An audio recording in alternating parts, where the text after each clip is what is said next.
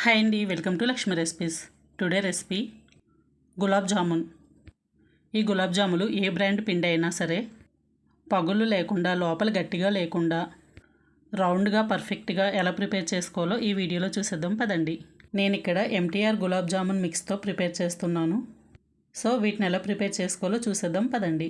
ముందుగా ఒక mixing bowl తీసుకుని అందులో ఈ కప్పుతో 1 కప్పు పిండి తీసుకుని దీన్ని బౌల్లో వేసుకుని ఈ పిండిని ఒకసారి చేతితో ఉండలు లేకుండా బాగా కలుపుకొని అందులో కొద్దిగా కాచి చల్లార్చిన పాలు పోసుకుంటూ ఇలా సాఫ్ట్గా వేళ్ళతో బాగా కలుపుకోవాలి. ఈ పిండి అంతటిని ఇలా వేళ్ళతోటే కలుపుకుంటూ ఉండగా చేసుకొని గట్టిగా ప్రెస్ చేస్తూ అస్సలు ఒత్తకుండా బాగా సున్నితంగా కలుపుకోవాలి. మరి గట్టిగా కాకుండా కొద్దిగా పలచగా కలుపుకొని చూడండి, ఈ పిండి అనేది ఈ విధంగా తీస్తే మధ్యలో ఇలా లూజ్గా ఉండాలి. ఇలా కలుపుకున్న పిండిని మూత పెట్టుకుని 5 మినిట్స్ పాటు పక్కన పెట్టుకుని పంచదార పాకం కోసం 1 కప్పు పిండికి 2 కప్స్ పంచదార వేసుకొని అందులో అదే కప్పుతో 3 కప్స్ వాటర్ వేసుకొని ఇలా వాటర్ వేసుకున్న తర్వాత స్టవ్ ఆన్ చేసుకుని ఈ సిరప్ని లో ఫ్లేమ్లో బాగా మరిగించుకోవాలి. వేరే స్టవ్ మీద సిరప్ని లో ఫ్లేమ్లో పెట్టుకుని మరిగించుకుని ఈ సిరప్ మరిగేలోపు ఈ పిండి తీసుకొని దీన్ని ఒకసారి బాగా కలుపుకొని చిన్న చిన్న ఉండలుగా తీసుకొని ముందుగా 2 చేతుల మధ్యలో ఈ విధంగా ప్రెస్ చేసుకుంటూ గట్టిగా ఒత్తుకుంటూ ఉండలు చేసుకున్న తర్వాత చివర్లో లూజ్గా స్లోగా ఒత్తుకోవాలి. ఈ విధంగా చేయడం వల్ల పగుళ్ళు రాకుండా ఉంటాయి. ఇదే ప్రాసెస్లో ఉండలన్నిటిని చేసుకుని పక్కన పెట్టుకుని ఇప్పుడు ఈ పాకం పంచదార అంతా కరిగిన తర్వాత మంటని హై ఫ్లేమ్లో పెట్టుకుని అందులో 4-5 యాలకుల్ని అప్పటికప్పుడు దంచుకుని వేసుకుని ఈ సిరప్ అనేది ఇలా మరుగొచ్చిన తర్వాత ఒక 5 మినిట్స్ మరిగించుకుంటే సరిపోతుంది. ఈ గులాబ్ జాములకి పాకం అనేది ఇలా వాటర్గానే ఉండాలి.